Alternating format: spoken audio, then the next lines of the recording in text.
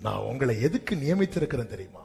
கற்புள்ள கன்னிகையாக கிறிஸ்து என்னும் ஒரே புருஷனுக்கு. அப்படி அப்படி அப்படி மனசுல வச்சதுனால பவுலுக்குள்ள ஒரு பயம். என்ன பயம்? 3வது வசனத்துல ஆகிலும் சர்ப்பமானது தன்னுடைய தந்திரத்தினால் அப்ப சர்ப்பம் யாரை வஞ்சிக்க போகுது தெரியுமா? நியமிக்கப்பட்டவர்கள். எல்லாரும் சொல்லுங்க, எதுக்கு நியமிக்கப்பட்டவங்க? யாருக்கு நியமிக்கப்பட்டவர்கள்?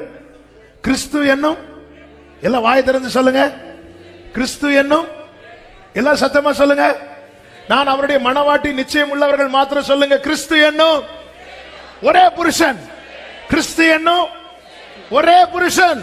கிறிஸ்து என்னும் ஒரே புருஷன். சாத்தானுடைய கண் அவங்க மேலதான். ஆமென். விழுந்தவன் மேல அல்ல,